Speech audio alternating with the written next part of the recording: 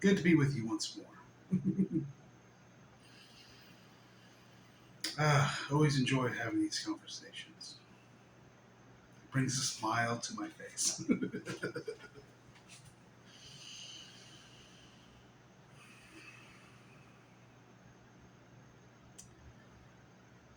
Today, I wanted to talk more about it comes to a point where you have to change the way that you change.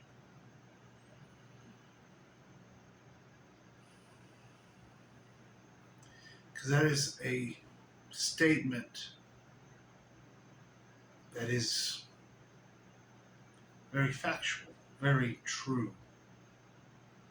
There just has to come a point where you have to change the way that you change.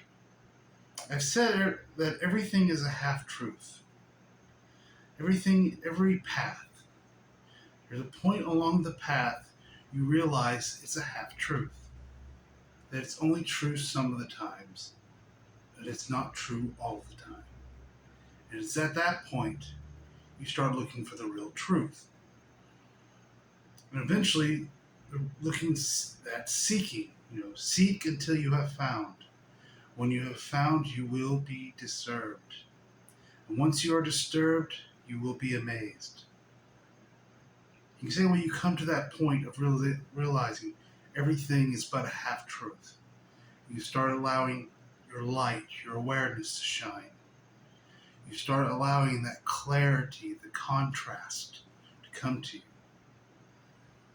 It can be disturbing because it shows you all the half-truths. All the things you thought were real, all the things you thought were factual are no longer that way. And that is disturbing. But once you go beyond that disturbing realization, you look the dragon in the eyes, you are amazed by the beauty of everything, by the symmetry, by the elegance.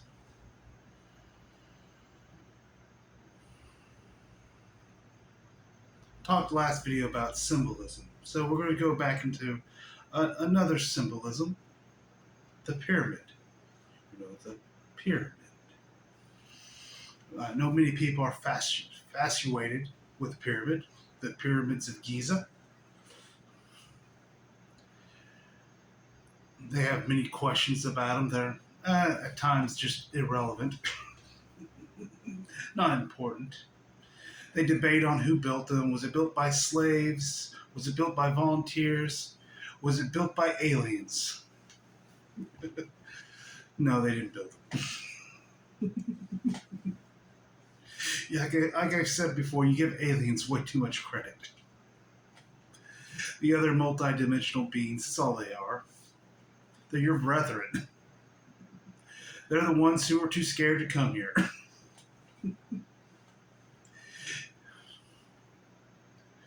To be at the forefront of consciousness. And they're just curious. They're watching. They're waiting to see what happens. Oh, at times they're a nuisance.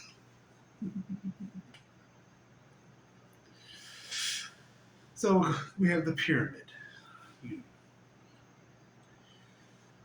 Pyramid is a multi-dimensional thing because the pyramid Giza had purpose. It was a multi-dimensional purpose in a way. This is when we talk about being in the and. True symbolism, the best symbolism, was multi-dimensional, meaning it had multiple ways of seeing it. Anybody says, well, this means this, singular and limited. That's where you fall into a little trouble, a little bit of a mental trap. You get snared a bit in the mind. Because symbolism was meant to be multidimensional. That's what the teachings were. It was in the and. It has multiple ways of seeing. You can see all the different facets of it.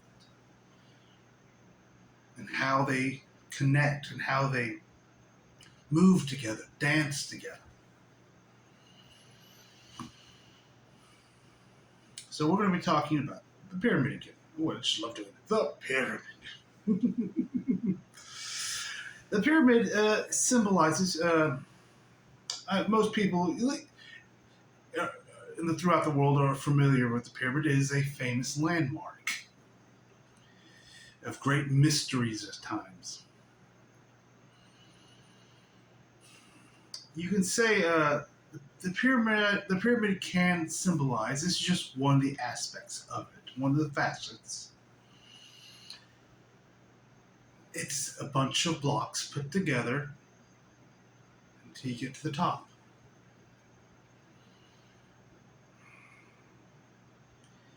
It's a bunch of work. It is. People have wondered, how have they done it? How did they build it? It seems impossible. Those blocks are huge, they're heavy, but yet we did.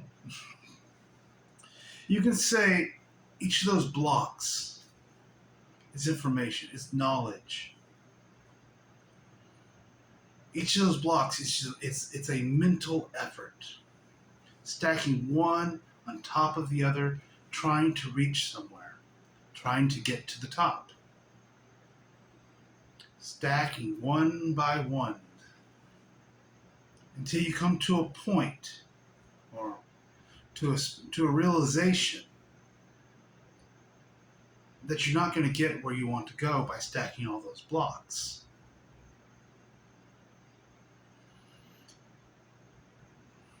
It has been said that the off the Great Pyramid, the capstone is missing. The very top capstone, the point of the pyramid. And there's even been debate: was it even ever there? Was it made out of diamonds, crystals, gold, great treasure? Did someone steal it and take its wealth? Or was it never there at all? It doesn't really matter at the end of the day. The capstone was the most important part of the pyramid because it was made differently than the rest. It was made out of a precious material because it was precious. It was sacred. Perhaps it was kept somewhere else in a temple somewhere where only the initiates ever got to see it. Or maybe it was on top of the pyramid. Like I said, it didn't really matter. What is important is that it was different. Because there comes a point when you're climbing that pyramid, when you're building block after block, trying to study, trying to better yourself, trying to get to where you want to go. And all that seeking, that you come to that realization, that disturbing realization. You can't build your way there. You can't build your way into heaven.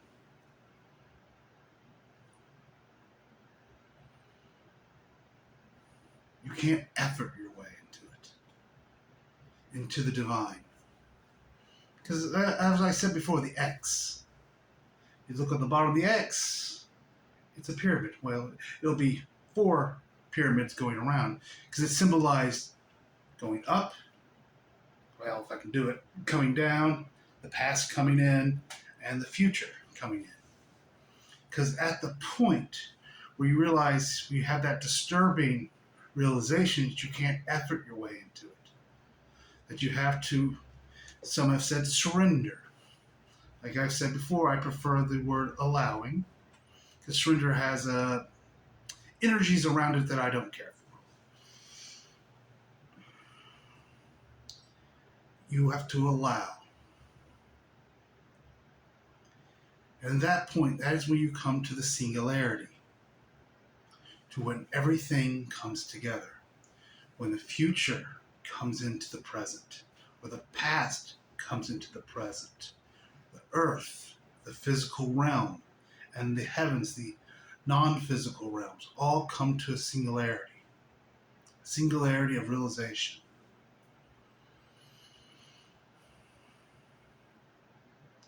When you go from singular pointed focus to that sunrise, that sun that goes all across the light, that goes all across the landscape and illuminates everything. It illuminates the dark. That is the point. You come to that conclusion, you come to that point of building that pyramid, where you come to that realization, I have to change the way that I change. I can't effort. I can keep building these blocks and blocks. It'll just be like the Tower of Babylon. It's going to fall right on over. So it gets so damn top heavy, it's just going to fall right into itself, and I just have to start over again. Have another lifetime. Try to, maybe then I'll allow.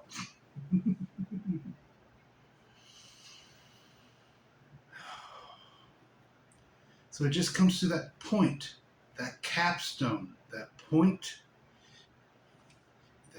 that points to the center of everything, where everything comes together, where the great mystery, the great X, is discovered. The mystery has been said to be the unknowable, because it is not knowable by the mind. It is the great chasm, the great void, the nothingness that is still something, that is consciousness.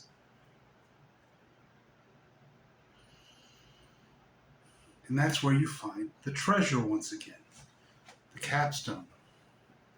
On the back of, here in the US, and if you're from another country, you may have seen it because there's a lot of conspiracy theories about it. On the back of the US dollar bill, they have the pyramid. And it's, of course, it is missing its capstone, and it's floating on top. This is a Freemason symbol. Because America is based on Freemasonry. You know, some people will say it's a Christian country. Really, it's not. It's a Freemason country. It was based on Freemason Christianity, of the mystic Christianity. At least those who were there at the time.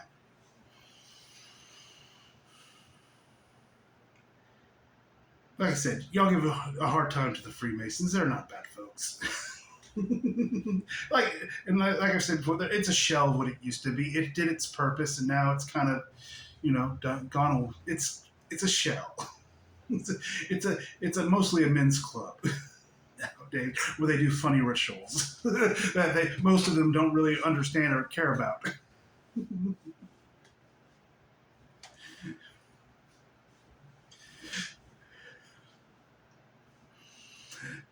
So yeah.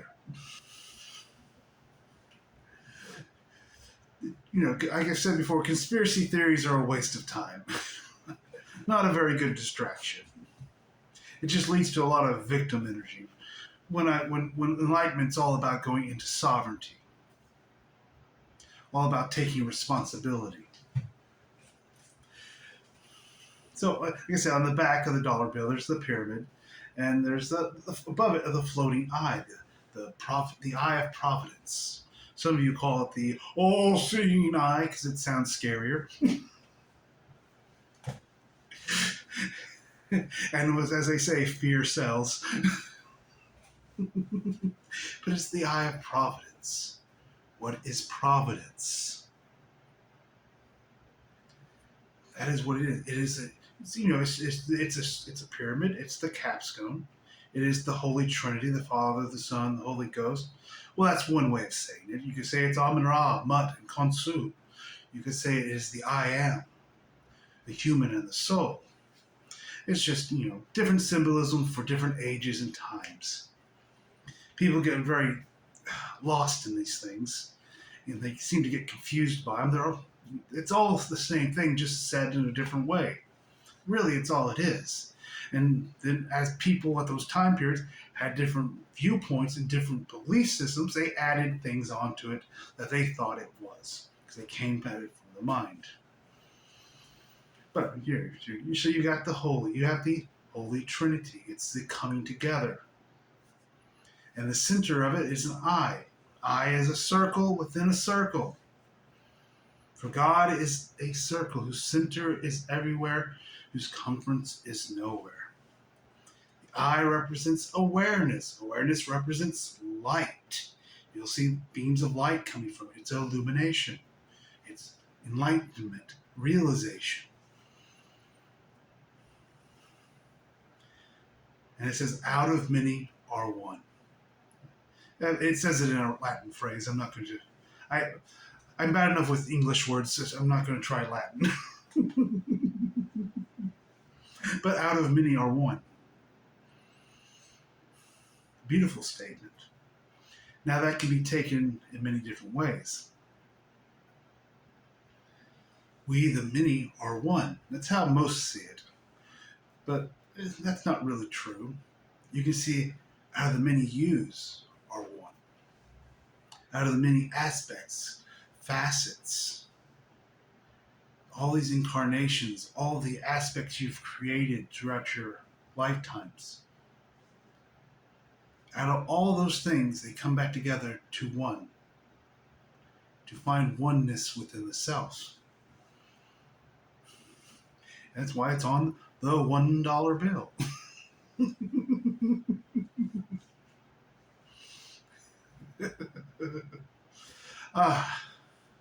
Like I said, I love symbolism, but at a point you have to go beyond it. Like I said, a lot of people get stuck. They never get past the symbolism. They get all mental about it, and they're trying to understand it and figure it out through the mind, and you just it becomes a trap in a way. Like I said, it's that snare in the mind that traps you. They get caught up in it, like a little old spider web. It's interesting, and it's poetic, and it's beautiful in a way. But at some point, there's a greater beauty that's beyond it, that the mind can't go to. That's why I say symbolism is kind of like the point, the edge, where the mind ends and the and begins, and the multidimensionalness begins. It's that point that you come to, where you have the realization that there's more than the mind.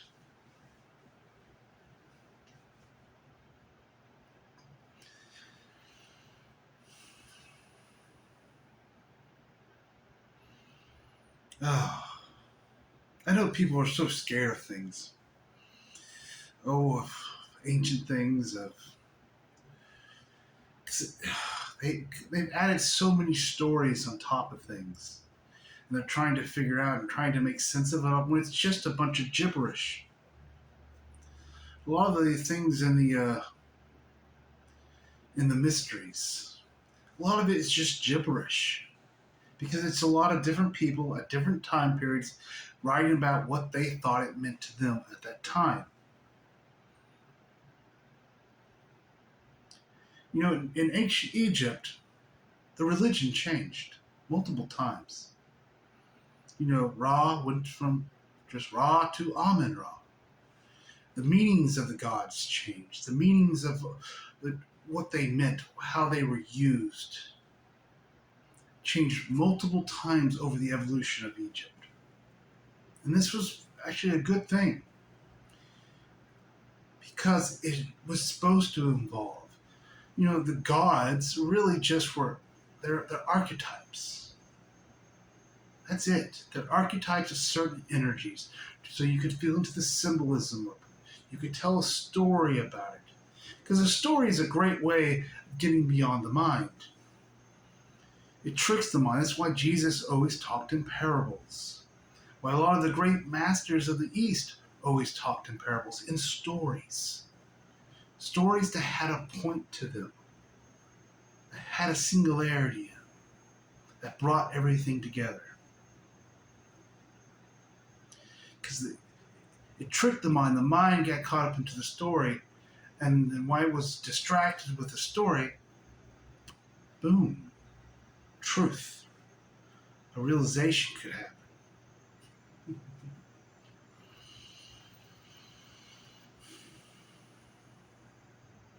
That's the beauty of things. Someone who can tell a great story is truly gifted.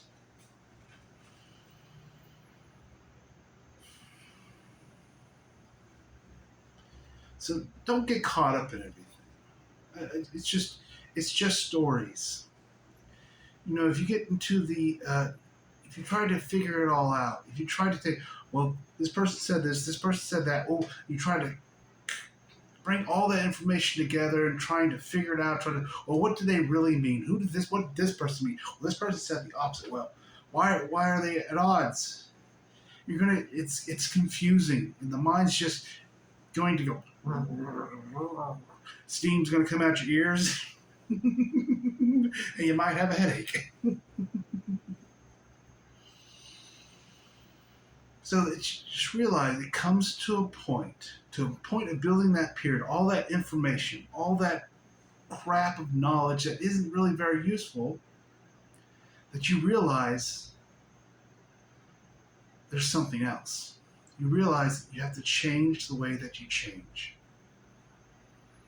You come to that disturbing realization, you bring the light in, and you allow it.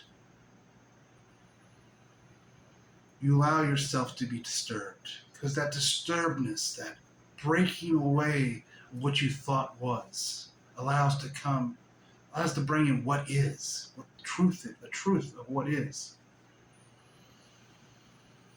If you're so caught up in trying to build that pyramid back, because there are those who will fight it, who will try to, as the pyramid's being torn down, as all the crap is being thrown away, they're out there mining more pyramids and trying to throw them back on the pile as quickly as they can.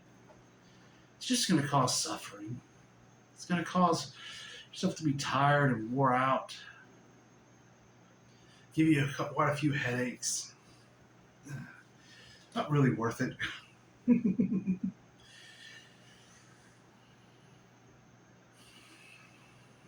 So you don't need to effort as much as you are. Especially when it comes to your realization. You don't need, at the moment, to understand it here.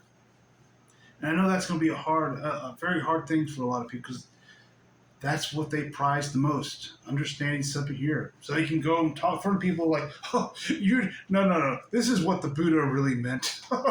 You're so stupid. I read this and this and this, blah, blah, blah. Oh, you haven't heard of that text? Oh, you're a newbie. Yeah, do you want to be one of those assholes?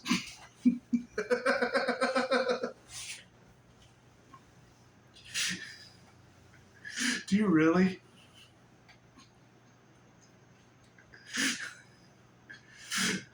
One of those people who don't really actually care about enlightenment. One of those people who just care about information. And how smart and how professional they can sound.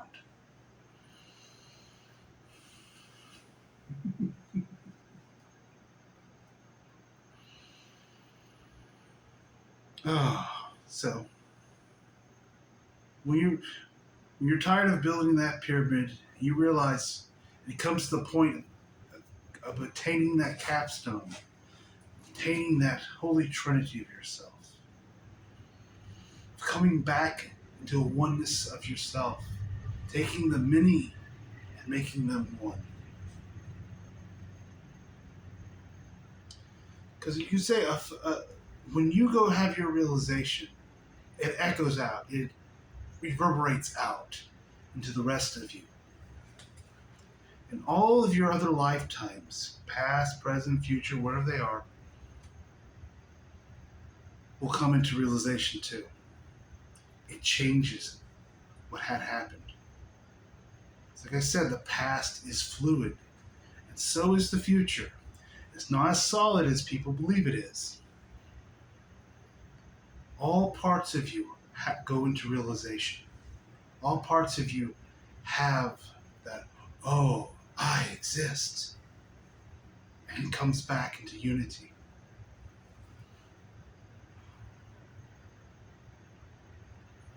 No longer in struggle and in war. So out of the many are one. That's a way of seeing that. Was it meant that way when it was written? Does it fucking matter? I don't care. I don't fucking give a shit what somebody in the 15, 14, 1300s, whatever the year fucking was, what they thought anything was. Because that was their reality, that was their time period, that was their consciousness. Now is now. This is awareness is not the same awareness that was there. That was then. So I don't give a shit what the books of old say or what they meant when they wrote them. Because it doesn't matter. As Picasso said, great artist steals. A bad one copies. If you're just copying the words of somebody else, you're just a bad artist. You need to fucking steal it. You need to take it into your heart and make it your fucking own. Stop being a cheap copy of what came before. It's time to go new. To go into that, change the way that you change. To go into that expansion. If you want to be a copy, go ahead, read the old Vedas and whatever the fuck people read nowadays for their enlightenment. And leave me alone. Don't come back until you're ready. Because it's just a simple truth. It is clarity. I hope that you are here soon you become disturbed. Because that disturbance, that breaking away of what you thought was, of those foundations that were never built on, that were built on lies, that were built on past ideals of what you thought things were. When those foundations get taken out from under your feet and you come tumbling and falling into the nothingness, you will find amazement. You will be amazed at what you find and what you discover beyond those old foundations. Truly, you will be.